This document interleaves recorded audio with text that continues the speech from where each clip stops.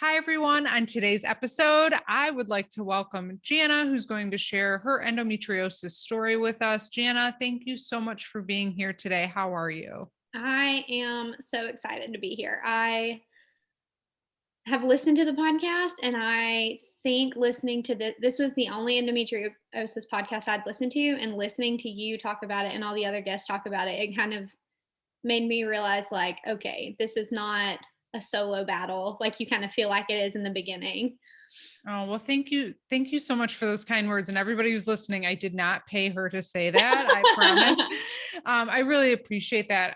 When I started, I'm sure I say this all the time in the podcast, I just was like, how can we just get stories out there? Because I feel like everybody's experience has just been so different. I've never heard the same two stories. And this was the easiest way. I thought, like, okay, I love podcasts. How can we get a podcast out there where people just share their stories? So thank you for coming on and being vulnerable and willing to come on. So tell us a little bit just about yourself before we hop into the endo stuff.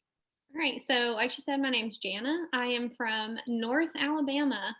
If you can't tell from my very southern accent, I am from Alabama. I am 27. I am a special ed teacher, and I love, love, love my work. I get to work with kids who struggle to learn to read, a lot of kids with dyslexia or similar disability, and it is like my life's calling. I love it. Watching it click for a kid is like the best feeling ever. I do have 3 dogs. They are, they're hot messes, but they're awesome. They've been a good support system these past few years. And I have an adopted son who is 18 months old and a wild child, and it's awesome.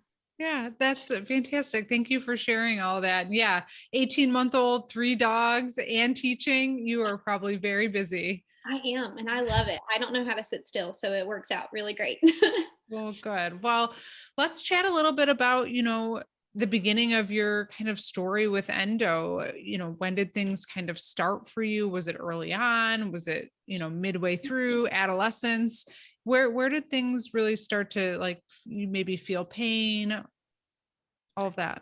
So, researching endometriosis, I didn't realize this, but I've read several places that typically people with endo feel their period way before it starts. And I didn't realize that, like, until reading that is what happened with me. I started my period at 12. I mean, it was very normal that I thought, Yeah. and very anticlimactic. Like, we were in Walmart and I was like, "Oh, hey mom, I just started my period." And she was like, "Okay, cool, go get pads and let's check out." But I had been feeling cramps and pain for months and months, and just wait. I knew it was coming. Most of my friends had started their period, so I knew that was coming. Um, but it took a few months before it actually showed up. And then when I finally got my period, they were really heavy. Um, and painful, but I thought that's just what it is. You always hear how terrible periods are and how awful they are, but um and I played 3 sports, and I didn't really have time to miss a beat, so I just called it normal and moved on, And pushed through. and pushed through it. Yeah. Yeah. In the beginning too, I'm assuming that, you thought, I just have heavy periods. This pain is just a part of it and it's normal. And how long did you go through that, through like middle school slash high school, or, what was like your timeline in the beginning? um I was a relatively like normal size up until about my junior year in high school, and I lost a ton of weight for no reason that I'm aware of. I just um my metabolism like sped to the speed of light, and I dropped down to like 85 pounds, so my period started getting irregular. And then when I moved into college is when everything changed, because I kind of started gaining weight again and I was healthy again. And I was actually having a conversation with someone the other day about a college class, and this memory like smacked me in the face. I was on my way to do some like lab for my psychology class, And I remember having to leave because I felt like I was going to throw up and I was in so much pain. And I got back to my dorm and I had just bled everywhere. And that's when it changed. That's when and I can like pinpoint that's That when moment. my period changed and it got worse. Like And from before that, like, were there ever times that you would like not go to school or miss anything? No. Okay. no, So that moment was like, you remember that that was it. distinctly. Yeah. Okay. And that, how old were you when that, were you like 19, 20, I was 18. It was 18? So you were just like right in the beginning of college. yeah, I had just started college. Um, Okay. So what happened after that? I mean, was that alarming to you? Like, I think something might be going on, or what did you do that day? I remember going home and taking some ibuprofen and I fell asleep. I was so exhausted. Like I was in so much pain. I was just so exhausted and it didn't register to me that that was anything weird or, Right. not normal. Um, and I had never heard the word endometriosis until I want to say my junior year of college when my friend kind of mentioned, like, oh, yeah, my mom had that and she had to do fertility treatments, but my doctor's keeping an eye on it. And that was the end of it. It was nothing.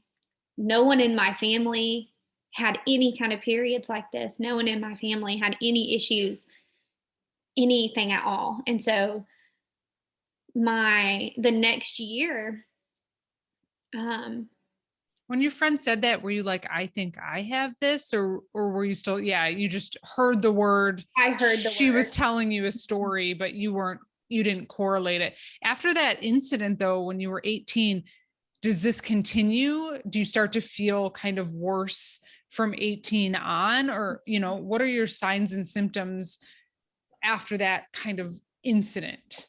Yeah. So within the next year, I started developing these really horrible, I'm talking about like debilitating pains, and they would come out of nowhere. And it felt like I was getting stabbed with a stick, like right in between my legs. And it was just like if I was sitting, I couldn't stand up. If I was standing, I couldn't walk or move anymore.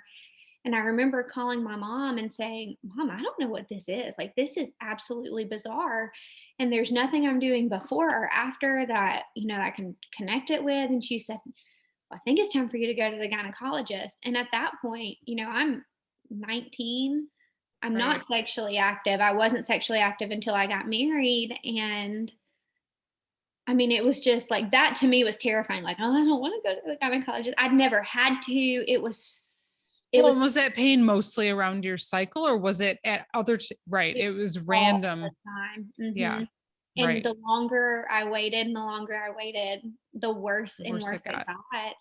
And so I finally found a doctor and actually A, had a friend go with me. a regular doctor or No, a gynecologist? Okay. gynecologist. Okay.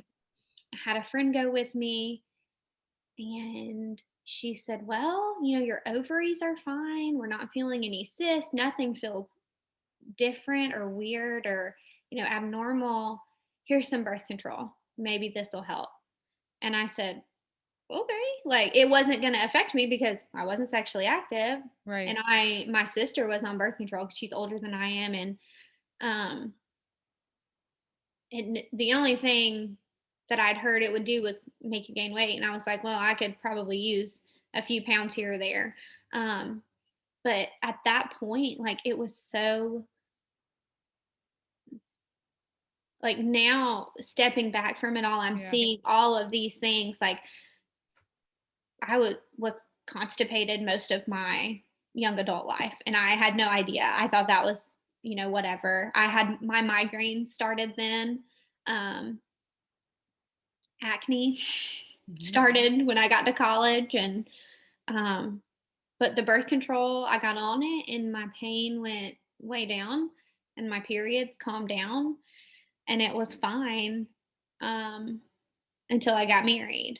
And then becoming sexually active, there are a lot more symptoms now because intercourse was painful and I had no idea. Right. Um, and it was Well, you had nothing to compare it to. No. Yeah. And it was a really like birth control had such an effect on me. I had no idea until I came off of it. You mean like side effects, Yes. symptoms? Yes. Yeah. Yeah. What were some of those side effects that now when you came off, like hindsight that you Mhm. had? Um, Anxiety and paranoia. It was so bad. And that's why I came off of it. I came off of it because my anxiety got so bad that I couldn't function.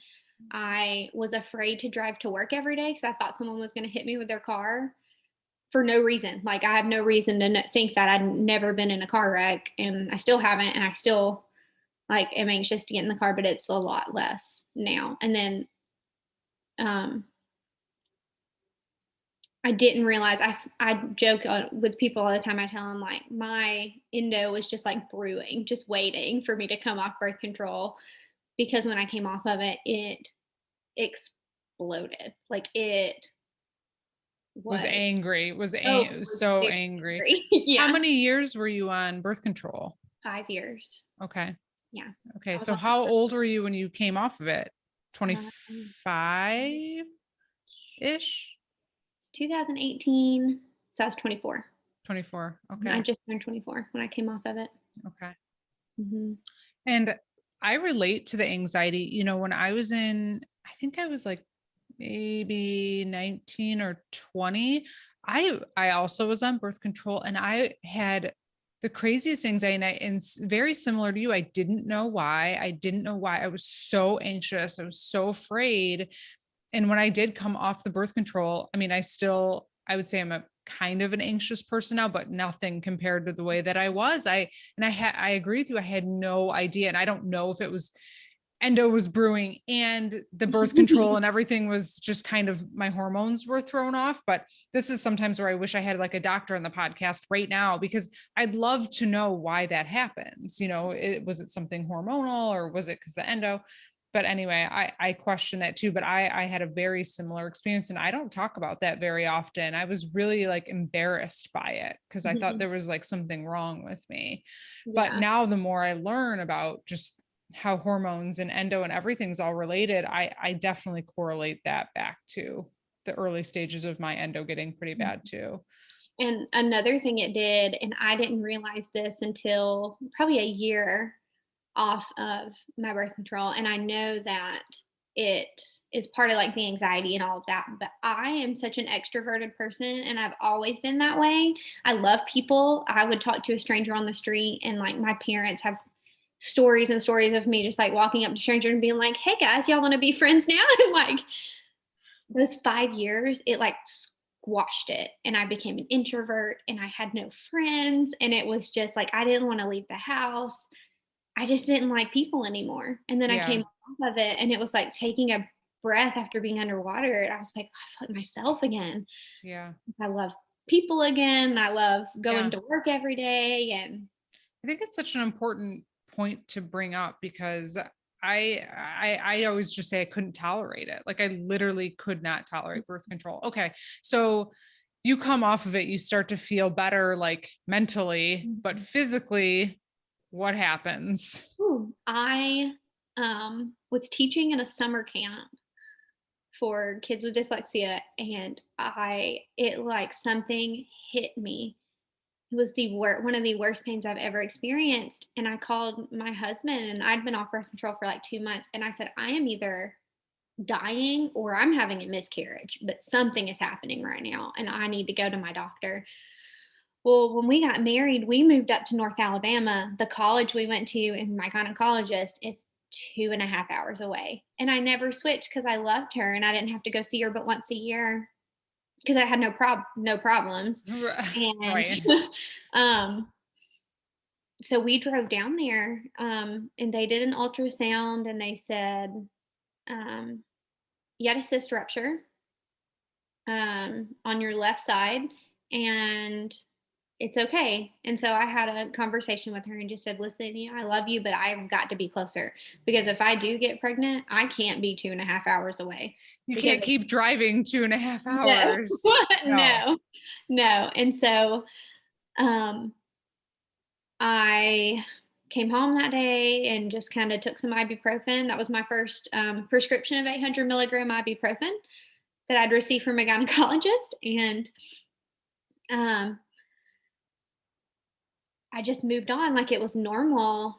And I She found, didn't mention like, she just was like, this happens and here's some ibuprofen, go rest and you'll be fine. yeah. Okay. And then the next month it happened again. And I said, well, this is just what happened. So I'm just going to take some ibuprofen and move on.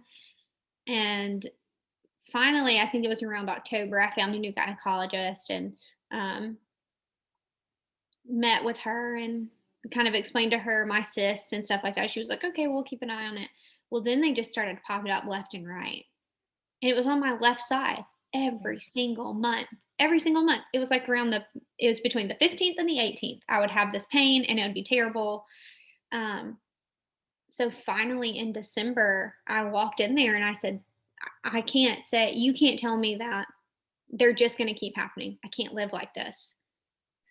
And they said, "No." Right. That it can't happen every month. That's no way to, the pain is incredibly like debilitating. Yeah. And the bizarre part was every time they do an ultrasound to confirm that's what it was, my cyst would rupture on my right side, but my left side is the one that was in pain all the time. And so they would go, it's just referred pain. Referred It's pain. just referred pain. It's just referred pain. Yeah. And I go, okay, but why? Like, I need a reason. I'm a very like, if this thing is happening, we need to find the reason, because we can't just keep saying, it's fine. It happens. Right. And so she finally said, you know what? You might have endometriosis. Go get pregnant and come back. And I was like, okay. Does it matter that my husband and I have been trying to get pregnant for 4 months and nothing has happened? And she was like, no, it takes a while. Were you like, what is that word? I mean, was there any explanation or was it just like a No suggestion, like you explanation. might have Yeah. this? And I asked her, like, what does that mean? And she goes, well, you can get pregnant and it'll go away, or you can have surgery. We don't want to have, she made this surgery sound like it was some extensive and horrible thing, which is laughable now. Like, now that I've had like 4 of them. Um, Yeah. Now that you've learned, and for everybody listening, pregnancy is not a cure for no, it's endometriosis. not. That is not the correct information No. she gave you. So what did you do after that? I went home and researched what Good. in the world is endometriosis. And then I was like, well, this is harsh, but I was like, well, this doctor is an absolute idiot, because it's telling me, like, that's the number one thing it says is endo causes infertility. How am I going to get pregnant if that's what it is? So we kept trucking along and trying, but the pain went from once a month to twice, like 2 weeks out of the month. And by March, I couldn't function. Like, I was in pain every single day. I was waking up doubled over. I mean, it was just terrible. Um, And you're a teacher. So how are you like standing in front of the classroom trying to function? yeah, I I pulled up my big girl pants and I did it. Yeah. You just push through it. Yeah. Um, Bless my kids, they would come in. So I teach special ed. So I have a small group for 30 minutes and they rotate all day, and I just see different kids all day long. And they would come in and they would go, Miss Lovelace, you don't feel good, do you? And I go, no, buddy, I don't, but we're going to get through this lesson today. And they would go, Yeah. okay. And they were just Goodness. Right. so Because they could precious. tell that you Yeah. didn't feel well. Yeah. Yeah. Oh, And so finally, I have a friend who I'd been talking to about how I didn't love my gynecologist, and I just didn't understand why I was getting such terrible advice about this problem. Um, And she just wouldn't do the surgery. Like, I asked them, like, okay, I would rather have the surgery, just do it. And they're like, no, that's a last resort. Okay, well, I'm at my last resort. No, it's a last resort. And you had done your research Yeah. too. Like you already knew that what she was recommending wasn't the right Yeah. course of action. Yeah. Which I'm convinced gynecologists who don't want to be educated about endometriosis, an informed patient is like their worst nightmare. Yes. Um, I agree with that statement. Yeah. so I switched. I found this Good. other doctor, and I was a little nervous at first because she's an older lady, like she's in her like 70s. And I called and I said, I need a second opinion. This is what my doctor's telling me, but she's not wanting to move forward. I need a second opinion. And she goes, oh, okay, well, I can move things around. Can you come in tomorrow? And I was like, absolutely. So I go, and she just sat down, and we just sat in a room, and she pulled out a notepad, and she started from my first period and went through the next, goodness, 12 years of periods. And I think in 10 minutes, she goes, I think you have endometriosis. I do surgeries on Tuesday. Can you be at surgery on Tuesday? And I was like, can we move it to Friday? So I don't have to miss school? And School. Yeah. yeah, because and it was just like the perfect timing because my spring break was the next week. So like I had the week I was in, the next week, and then spring break. So I said, if we can do it Friday, that would be great because then I wouldn't have to miss school. She goes, oh, I have a C-section on Friday. Let's do it on Friday. Wow. So I got a second opinion and a surgery scheduled within a week. And my and I probably should add that 2 weeks before this, my husband went to California for a month for work. So I was by myself. Oh my goodness. And and one of my dogs who we've been training to be a therapy dog, like she was attached to me. And so I'd send him pictures and say, I don't know what's about to happen, but Luna knows. Luna knows Yeah. something's about to because she's essentially a cat until she can sense stress. And then Right. she's attached to me. Um, so yeah, I had surgery, and my mom came up and took me, and I got diagnosed with stage 2, but she doesn't go behind the bowels. Um, Yeah. she said, I'm just not skilled, so I don't do that. And Which I was I just like, respect. I have so much respect for exactly. that. Yeah. So much I respect. So she told me, she was like, you should be good. She did an ablation, so they burned it off. And, Yeah. I laugh because my pain tolerance, people laugh and say like, oh, your pain tolerance can't be that high. Well, I had surgery on Friday.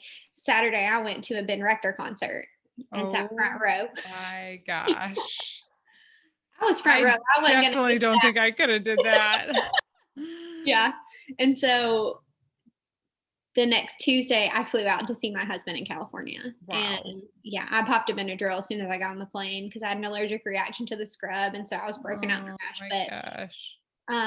at that moment, I was like, okay, I did it. I got a name and I it's got a done. Like, diagnosis and I'm going to be fine. yes. Hmm. And then 2 weeks later, um, no, yeah, about 2 or 3 weeks later, my husband had come home and left again. He had to go back on a work trip for another month. And my pain had come back. And boy, oh boy, was it angry. I mean, it was worse than anything I had experienced up to that point. And I called her back and I said, I don't know what's going on, but I think it like this is not right. Like this is back and it's worse. And she said, well, because she knew we were trying to get pregnant. She goes, you're gonna have to put babies on hold for at least a year. And I was like, well, I didn't want to hear that. And she suggested Lupron. And so she told me to come in and we would talk about that. So I went in and we talked. And at first I was like on board with it, like, all right, we'll do this. I called my husband and told him, like, hey, it's back. This is the plan. Um, and that night, that same, like within 30 minutes of hearing that, we had decided, like, okay, we're ready to be parents. We're going to adopt. And so within a month of that, we had been matched with a baby. Like it was that Wow. that fast. And just so much going on. He's traveling. You Yeah. just got this new diagnosis. You're not feeling well. Wow. Yeah. And so now it's like I have to do whatever it takes to feel better because we're going to have a baby in September. Yeah. Unless something happens, we're going to have a baby in September. So I started doing research. I got on Nancy's Nook at this point. This was the first time I'd heard of it and read all the research and called her back. And I was so nervous to tell her I didn't want to do Lupron anymore Yeah. because most doctors will fight you like, no, this medicine works. Yeah. This medicine works. And Yeah. I called and I said, I just can't do it. I'm not comfortable with it. I am the side effects person. Like, if it's going to happen, it's going to happen to me. And I just can't do it. And she said, oh, that's fine. We'll get you referred to a specialist in Atlanta. And I was like, what? You were like, why didn't you say that before? Yeah. But Oh she just my. listened and was okay with it. Like, I she mean, was, and that's nice. And at that point, you probably then learned like ablation mm-hmm. isn't, it's not going to, it's probably why you didn't feel well. It's not going to take the endo away. It's only taking off the superficial layer. And I'm sure you learned all of that information. Yes. Well, that's great though that she said, I will refer you. I mean, I wish she would have said that before, but okay. So Yeah. does she refer you? She did. And Good. I filled out all the paperwork and sent it in. And in June, we were getting ready to fly out to Texas to where my son's birth mother was to go meet her for the first time. And I get a call from the Center for Endometriosis Care out in Atlanta. And they're like, hey, we reviewed your records and we're going to do surgery. And I was like, I just started crying. I was like, oh, Yeah. thank goodness it's going to be gone. And I told them, I said, I need this done quickly. Like, I know y'all can only move as quick as you can, Sure. but I start school back in August and I'm getting a son in in September, and it's going to be awfully difficult for me to take off. And they say, oh, we have an opening in July. Come Oh on down. my goodness. Wait, what month is this now? This is June. June. Yeah, mid June. And at Oh, the end of July, I'm supposed to have another surgery. oh my gosh. And not to mention, we went to Europe. We had this big trip to Europe planned for a year. And now we're like preparing for a baby, and I've got to have surgery again. And my endo is acting a fool. And so we were like, All happens at well, yeah. Oh yeah. my gosh. And not to mention, like, the day we got back, the next day my husband turned around and went on another work trip for 2 Oh weeks. my So he has now goodness. not been at both of my surgeries. Right. And so I went to, this is always my favorite story to tell about going to the CEC because it's hilarious. Like, at this point, my left pelvic pain was so bad that I could barely walk. I mean, it was Yeah. that bad. I get there and it's the day before, and he's doing his ultrasound, and he goes, where is your uterus? And I said, well, I don't know. I didn't move it. Like, I don't know Right. what you mean. Where's my uterus? Where could it have gone? Yeah. I don't know. And so he starts looking around and he goes, oh my goodness, it is stuck to your ovary. So much endo had grown from March to July that my uterus and my bowel had bound itself to my ovary. Wow. And that explained all the pain. And that's Of what he said. course. There it is. That's why you're in so much pain right now. And so I went in for surgery the next day, and he asked me, which I loved this about them. They said, what is your goal? Like, what is your goal from the surgery? What do you want back from your life? And I said, well, I want to be able to exercise again. And I just want to feel like myself again. Yeah. And I want to have babies. Like, that's what I want to do. And he Yeah. said, okay. And so when I woke up and he was there and he said, we got every bit of it. It's gone. You're going to be able to exercise again. You're going to be able to feel like yourself again. And you're going to get to have babies, which didn't happen, but that's okay. Like, it was just such a relief. And Yeah. actually found out that I'm a stage 3, almost 4, because most of my endo was in my bowel and my cervix and my rectum. It was all back there, just having a blast on its own. Yeah. Yeah. Which I'm sure was a major factor for all the pain, and Mhm. that other doctor who probably didn't know how to see it or recognize it back there, which she said, which Yeah. is respectable. Good. How was your recovery from that surgery? A little bit different. I don't think you'd be It going was to a concert the next I day. I didn't, but I did go back to work on that Monday. That was a Friday. I went back, but but it was just like a training day, like 2 or Okay. 3 training days. So I just sat in a chair and I just listened so I didn't have to take days off, because I needed all the days I could get because Alabama's maternity leave is horrible. I had to take all of my sick days Yeah. for maternity leave, which is insane. But I just sat there and it was so funny. In the training, I went to the bathroom and I started bleeding, and I was like, "Oh no, I'm bleeding. Something's wrong." And so I Right. called them, and they were like, "Now, how close were you to your cycle?" And I was like, "Well, it's about a week off." And they said, "Well, that's probably your cycle." And I was like, "But I'm not cramping." They go, "That's a good thing. That means the surgery worked." And I was like, "What? Like Mm. this is what it's supposed to I be like?" I don't understand. I Yeah. know. I've never in my life had a period that easy, and it was just And after surgery, that's yes, incredible. yes. It was. I was so confused. I was so Yeah. confused. And everyone's experience is so different with recovery. So for people who are listening, I mean, I've had taken 12 weeks off work. I haven't felt better for 8 months after surgery. Everybody's really just different in their kind of recovery pattern. So you felt really good after that. And then what happens after that? So he we had like a post-op phone call because I'm 4 hours away and I was not trying to drive to Atlanta. Atlanta traffic No. gives me anxiety. Just thinking about it gives me anxiety. That highway is like Oh, 16 lanes. It is yeah, insane. Yeah. yeah. And so we had a post-op phone call and he goes, "I know pregnancy was one of your goals. You have 6 months. Your body is like prime, ready for it." And I was like, "But we're getting a baby in September." And he was like, Right. "Uh-huh, you're gonna have to figure something out if that's what you want." And I was like, Right. "Okay." So we got pregnant, which was wonderful, but lost it immediately. Like I tested that morning and lost it that afternoon. I'm so sorry. Yeah, it was tough. And so that was kind of a gut check. Um, but it was a little bit like, okay, well, I can get pregnant. At that point, I hadn't been able to before, and Sure. so I was kind of hopeful with that.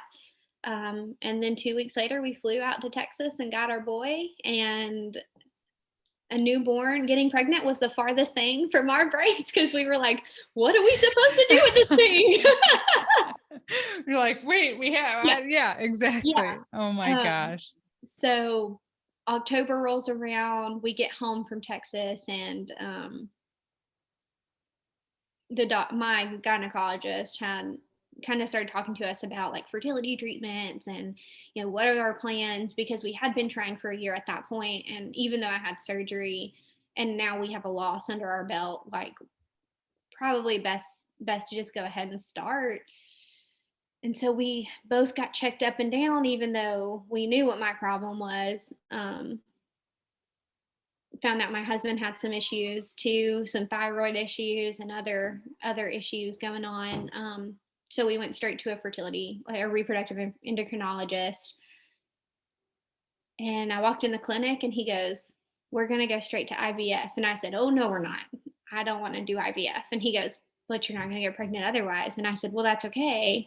Um, because in IVF, they use birth control or they use Lupron. And those are two things I was not going to put in my body. I couldn't do it. I just couldn't do it.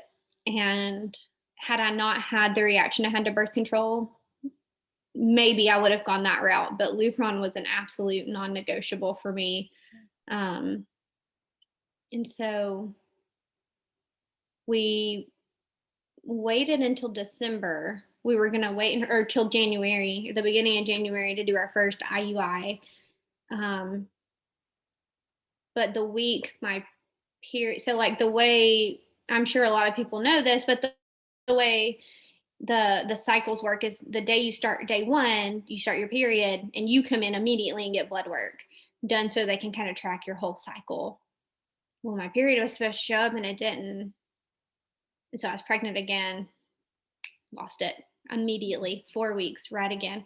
And I know a lot of people call it chemical pregnancy, but when you're on this side of it, those were my babies and I lost my babies. And that's Yeah. just, it was, and it was devastating. And it was even more devastating to walk into a fertility clinic and say, I had a miscarriage this weekend. Yeah. And he go, all right, let's do this cycle. And I was like, what? Like, hold on a second. What? I need a second. Yeah. What? You need a second. Yeah. So he checked my levels and I was fine. So we started IUIs and we did 3. We did 1 in January, 1 in February, and 1 in March. And Clomid just takes a toll. I mean, it really does. And I was having hot flashes and I was a rage monster. I mean, they don't call it the Clomid monster for no reason. I mean, goodness gracious alive. I was a terror. And I was having cysts pop up left and right. And at one point I had 7 on one ovary. Like it was just Wow. insane. And then my appendix ended up having to get removed because I got appendicitis. And so we Oh. skipped that cycle. In April, right in the middle of a pandemic, I was like, hey, I need emergency surgery. Gosh. Sorry. Plus Yeah. just the past 2 years, Yeah. everything you've been through on top of it to get appendicitis. Yeah. And the funny thing is that my doctor in Atlanta, he said, I might take your appendix out. We'll Right. see. Well, when he got in there, it was fine. And then, You just, I mean, it's just 6 like months later, it's a fluke, right? Like it yeah, just happens. yeah. But it was a little humorous when I got to the hospital and he was like, I see you here, you've had 2 laparoscopic surgeries. And I was like, oh yeah, pick an incision. Which one you want? There are like 12 of them. Pick one, anyone. Yeah, any of them. We did end up picking up IUIs again after I recovered from that surgery and called it quits in July. We were just, our insurance was about to tap out on fertility treatments. We were both emotionally tapped out. I was on Clomid. Josh was on Clomid. We were both just emotional messes from that. And so we called it quits. And I remember in August, that was my first unmedicated period in almost a year. And I woke up and the cramps were, I mean, they were awful. Like this was something I had not experienced in a long time. Yeah. Well, my period came and went, but the pain never stopped. I woke up every day from August to December 8th in pain. And you're like, what is going, like, what's yeah. happening? What's going on? Like, so Yeah. did you call your doctor and say, what's, this is kind of what's going on, what's happening?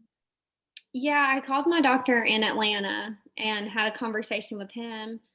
And he shared that he thought I may have developed adenomyosis.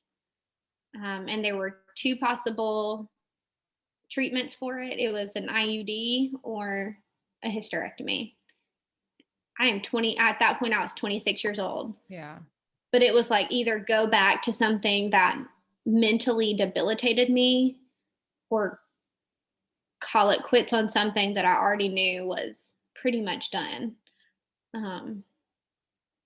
So I thought about it and I started advocating for a hysterectomy. At 26, I had to advocate for a hysterectomy, but only for adenomyosis. At this point, my endo was gone.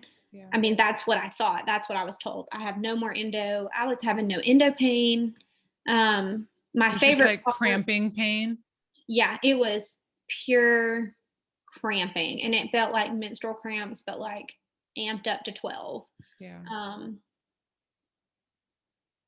Like my favorite part of being endo free was my endo belly was gone. I no longer looked 5 months pregnant every single day. Yeah. And so I finally convinced my doctor to do it. She finally agreed with me. I went and had a second opinion. Um, and he agreed with me. I had to get a little cross with him because he tried to say that it was pelvic floor pain. And I was like, sir, I don't think you fully understand what a period cramp feels like because you are a man and you don't understand what I'm saying. Sorry for laughing, but it's so true. Yeah, It's so I true. I have a really hard time trusting male gynecologists Yeah. because you don't know. You've never been there. Yeah. Yeah. Um, so on December 8th, I got a hysterectomy, and I honestly feel 1,000,000% better. But then I heard the worst thing I could have heard. She came in the hospital before I got discharged and said, "You have adenomyosis. Your endometriosis is back." And it felt like I got smacked in the face because I had fought so hard for me to feel better, and I thought it was gone. And it's not. In the past, let's see, it's March. So in the past 3 months, my endo pain is back. My endo belly is back. My acne is back. And it is so frustrating because when I went to Atlanta to get this taken care of, I asked him, I said, when it's gone, is it gone? Like, is this something that I can just like wash my hands of and be done with? And he said, more than likely, less than 5% of patients who receive excision surgery have endometriosis come back. And so I am that less than 5%. And it's hard. And now we're faced with the decision of, do we want to do another surgery, or do we risk thousands of dollars because my insurance doesn't cover it, for it to come back again? Yeah. I'm so sorry for everything you've been through in the past couple of years. Well, just take it day by day. You Yeah. don't have to make that decision right now. And just, one step at a time is what I tell myself. And I tell a lot of people that I talk to that have this disease. You don't have to make any decisions right now. Just take one day at a time. Yeah. And thankfully it's not as bad as it was. Yeah. It's not as bad as it was. But I'm fearful of it getting back to that point. Yeah. I am. And I'm trying to do everything I can to prevent it. Like, I'm in pelvic floor therapy, which I know can only do so much for endo, but it does help. That would be anyone with endometriosis needs to be in pelvic floor therapy, in my opinion. Yeah. What else have you done that you feel like has helped as well? I have always struggled eating healthy. When you grow up, I didn't mention this. I'm one of 10 kids. You are? Yeah. Do any of your siblings have endo that you know of? I only have 2 biological siblings. Okay. 7 of my 8 brothers. I have 8 brothers. Yeah. 8. 8. My goodness. 7 of my 8 brothers are adopted. Okay. Yes. And That's so amazing though. it is. It's really cool. I wouldn't have my family any other way. It was really awesome growing up with that many brothers. I've always wanted to be in a big family, so that's why I get so excited. Oh, that's Yes. amazing. Yes. So my sister doesn't, my mom doesn't. I have a few cousins with PCOS, but no one else has endometriosis. No one else deals with this. No one else has ever said like, "Oh yeah, I've had bad periods," or whatever. No, nothing. And So so we were talking about, you said you were talking about like diet, nutrition. yes, when you grow up with 10 kids, like, we kind of eat and I had, both my parents were teachers. So it's not like we were flush with cash all the Yeah. time. Like we were making it, but you know, you eat what you eat.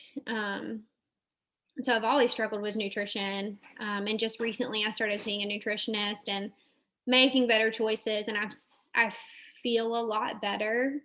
Um, and one of the, it's the hardest thing. Even though I was a three-sport athlete, now growing up or being an adult and having to live like a painful adulthood, Yeah. and being really busy, exercise is hard to get to. But even a little bit of exercise has made me feel better. Even Um, just like maybe walking the dogs or something. I mean, I know on those really bad pain days though, it's impossible. And I tell people you have to do what you feel best doing, but even if maybe like one lap around the house sometimes mhm, can help. Yeah. yeah. And that is something that we have tried to, that my husband and I have tried to do. Like, he's definitely been such a huge encouragement, trying to be the best support he can, because he doesn't know. I mean, he has a sister, but she has had no issues. Yeah. Um, so he's been trying to figure out how to help me best, and I don't think I could have asked for a better support. I mean, there were days I would come home from school and just like collapse on the couch and say, like, I can't do anymore. Like, Yeah. I've done all I can do today. And he'd say, that's okay, I'll get dinner done, or I'll feed the dogs, or I'll get the baby in the middle of the night. And um Amazing. yeah, that's probably my number one advice for people. Find a support system that will be there for you, Yeah. because without it, it's hard to make it. It Yeah. really is hard to make it through. Yeah. I 100% agree with that. And if you don't have someone, there's so many great groups Hmm. that you can find people, if you live alone or something like that, I promise you there is someone that and a support group in your area that will help you. Oh, I've visited people in the hospital that I didn't know or offered to bring them food after they had surgery or anything, just because I know how difficult it is. yeah. Yeah, So, for yeah. sure. So like nutrition, exercise, all the things you regularly hear, but the problem is that when we hear those things, they're stated as like, these are going to heal you. I can't Yeah, tell you how many pins on Pinterest I've seen, like, how I healed my endometriosis. No, I you can know. heal it. I know. I Didn't. know. I know. I know. It can help, endo is an inflammatory disease. So Mhm. these things just help reduce the inflammation. Yeah. And then that helps reduce the pain. But yes, I see all of that stuff too. And it's hard. It's hard to see sometimes because as a patient, you don't want to feel like you're complaining or you're Mhm. exaggerating. And then when you see stuff like, oh, if I just drink celery juice, I'll be cured, And it's sad. frustrating. Yeah. It's Yeah. frustrating. And I I think um one of the biggest helpful things is calling it what it is. Like, it's not a mild discomfort. It's not normal. No. It's not typical. Yeah. It's hard. It's terrible. Um, and like, I have, just in all of these things in the past, 3 years, have led me to seek a counselor. And one of the best pieces of advice I've gotten from that is like, it's okay to have hard days. Stop shoving it down. Stop pushing it out to the side. Like, let yourself have a hard day. And I think so many times, like, because we deal with it every single day, Yeah. we want to shove it to the side, Of but that's not course. what's best. It's not what's best for us. We need to. We need to be honest and Mm, vulnerable. And it's really hard when it's something that you deal with on a daily basis. It's very, very hard. And I really appreciate your like openness and honesty and vulnerability. I mean, I think that it's really going to help a lot of people who are listening because it's very hard to get vulnerable mhm. when you deal with something like this daily. It's Yeah. very hard. Yeah. And that is my whole, and I know you feel this. I mean, goodness, you have a whole podcast dedicated around it. Um, if I can help one person, just one person, it'll be worth it. It'll be worth it all because I have one of my very best friends. She just came off birth control this year and has told me, like, I've been on birth control since I was 16 because of period pain. And she told me all these things, and I was like, oh, please go ask a doctor about endometriosis. Yeah. And she got diagnosed with it. And she got surgery really early before the stage got too bad. And she's living a relatively pain free life now. And it's just, it makes me feel so much better knowing, like, if I had not put myself out there, if I had not shared this part of my life, if I had not advocated for myself so much, I wouldn't have been able to help my friend. Yeah, exactly. And that's why I'm here. The same reason why you're here is, if someone would have mentioned that word to me or told me that it wasn't normal when I was 20, my entire Mhm. life would be different, Yeah. but that early diagnosis is the key. And I will tell you, I know a lot of people who have had one excision surgery at a younger age, and they are symptom free and they are okay now. And then I know a lot of people who have had excision that still have issues going forward too. So I think, there's just such a wide spectrum, but the biggest thing is don't give up hope. There's Yeah. always hope. And one of the other things I like to talk about too, and you brought it up, is just the expense and the access to care. And there's so many people who can't access the care that they need with this disease. And then what do you do? Yeah. Especially if you can't tolerate birth control. Yeah. And that is something that I feel like it's kind of a double edged sword. Yeah. I'm very happy that my family is blessed. Like, we have two jobs. My husband's an engineer. We were able to afford that surgery. Yeah.